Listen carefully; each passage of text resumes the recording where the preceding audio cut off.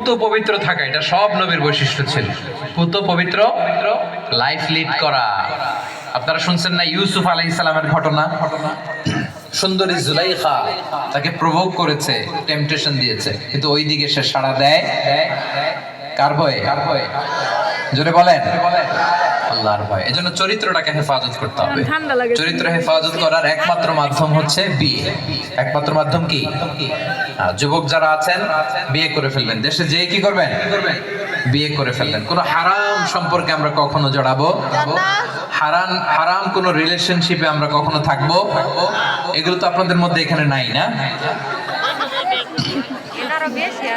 হ্যাঁ, জানা দিয়ে তো কইছে মুস্কি হাসি দিছে, দেখছো? কি আছে না নাই?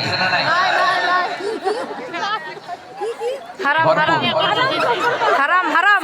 ইন্না লিল্লাহি ওয়া ইন্না ইলাইহি রাজিউন। অ্যাভেলেবল আছে। আল্লাহ তাআলা আমাদের চরিত্রকে হেফাজত করার তৌফিক দান করুক। তাহলে সামনে যারা দেশে যাবেন, দেশে যেয়ে কি করবেন? বিয়ে করবেন। ওই যে বিয়ের কথা শুনে কত খুশি হয়ে গেছে, দেখেন, মহা খুশি, মাশাআল্লাহ। এই বিয়ের মাধ্যমে হালাল দাম্পত্য জীবন আল্লাহ তাআলা উপভোগ করার সুযোগ আমাদেরকে দান করেছেন। তাহলে বিবাহ বহির্ভূত কোন সম্পর্কে আমরা জড়াবো, ভুল করে যদি কোনো হারাম রিলেশনশিপে থাকি, আজকের এই আলোচনার পরে আল্লাহর কাছে তওবা করে সেখান থেকে ফিরে আসবো। কি বলেন, পারা যাবে তো? তাহলে কয়টা বললাম? 10টা। এটা সবার জন্য। আর যেহেতু বোনেরা আছে, বোনেদের জন্য একটা হাদিস বলে শেষ করি। আল্লাহ রাসূল সাল্লাল্লাহু আলাইহি ওয়া আলিহি ওয়াসাল্লাম তিনি বলেন, আল মারআতু ইযা সাল্লাত খামসাহা ওয়া সামাত শাহরাহা ওয়া আতাআত বা'লাহা ওয়া হাফিজাত ফুরুজাহা ফালতাদখুল মিন আইয়ি আবওয়াবিল জান্নাতি শাআত। প্রিয় নবীজি বলেন, ও দুনিয়ার নারীরা শোনো, তোমরা দুনিয়াতে যদি 4টা কাজ করো, তাহলে আল্লাহর 8টা জান্নাতের দরজার যেটা দিয়ে মনে চায় সেটা দিয়ে তোমরা জান্নাতে ঢুকে যেতে পারবা। কয়টা কাজ করতে হবে আমাদের বোনদের? আমার বোনেরা খেয়াল করে শুনুন।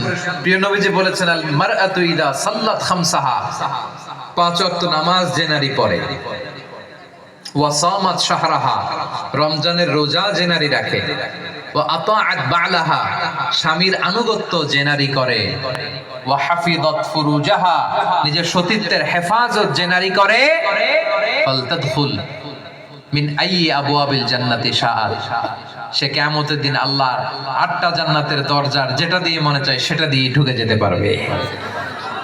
তাহলে এই 4টা কাজ বা নসিহত আমাদের বোনদের প্রতি রেখে এবং সবার প্রতি, এই যে 10টা পয়েন্ট বললাম, আপনাদের প্রতি রেখে আমার সংক্ষিপ্ত আলোচনা এখনই আমি শেষ করব। আবার জিজ্ঞেস করে নিচ্ছি আপনাদের, আমার সাথে খেয়াল করে শুনেন। 1 নম্বরে কি বলছিলাম বলেন তো? কঠোর পরিশ্রম করব আমরা, অলসতার সাথে আমাদের কোনো সম্পর্ক। 2 নম্বরে হালাল না হারাম, কোনটা দিয়ে সাজাবো জীবন বলেন, হালাল না হারাম? 3 নম্বরে অন্যের হক কখনো নষ্ট করব না। 4 নম্বরে ভালো আমরা সার্কেল মেইনটেইন করব, যারা নামাজ পড়ে, কোরআন পড়ে। এরপরে 5 নম্বরে দেশের ভাবমূর্তি নষ্ট হয় এমন কোনো কাজ আমরা করব না। 6 নম্বরে দ্বীনি জ্ঞানার্জন, এটা আমরা কন্টিনিউ করব। 7 নম্বরে পরিবারের খোঁজ খবর নিব। 8 নম্বরে বিবাহিতরা প্রতি 6 মাস অন্তর অন্তর পরিবারের কাছে যাইতে হবে। আমার দায়িত্ব পৌঁছে দেয়া, পারা না পারা, অপারগতা, লিমিটেশন, সেটা আপনাদের ব্যাপার, কিন্তু পৌঁছে দিতে হবে আমার। 9 নম্বরে যৌবন এমন সময়, এই সময়ের ইবাদত পছন্দ করে কে? আমাদের যৌবন ইসলামের জন্য আমরা ওয়াকফ করব, ঠিক কিনা বলেন? আর চরিত্র অনেক দামি সম্পদ, সব নষ্ট হতে পারে, আমার চরিত্র নষ্ট হতে পারবে? আল্লাহ তাআলা আমাদের সবাইকে কথাগুলো বোঝার, আমল করার তৌফিক দান করুক। আমরা পড়ি আমিন। শীতের রাতে অনেক কষ্ট করে আপনারা বসেছিলেন, আমি আপনাদের শুকরিয়া জানাই। এই ক্লাসিক ফ্যাশন কোম্পানির শুকরিয়া জানাই, আমাদের প্রিয় ফারুক ভাইকে শুকরিয়া জানাই। সবাই যারা আজকের প্রোগ্রাম বাস্তবায়নে সহযোগিতা করেছেন সবার প্রতি কৃতজ্ঞতা এবং শুকরিয়া জানিয়ে শেষ করছি। সংক্ষেপে আমরা একটু দোয়ায় অংশগ্রহণ করব, সবাই হাত তুলুন। আল্লাহুম্মা জাআল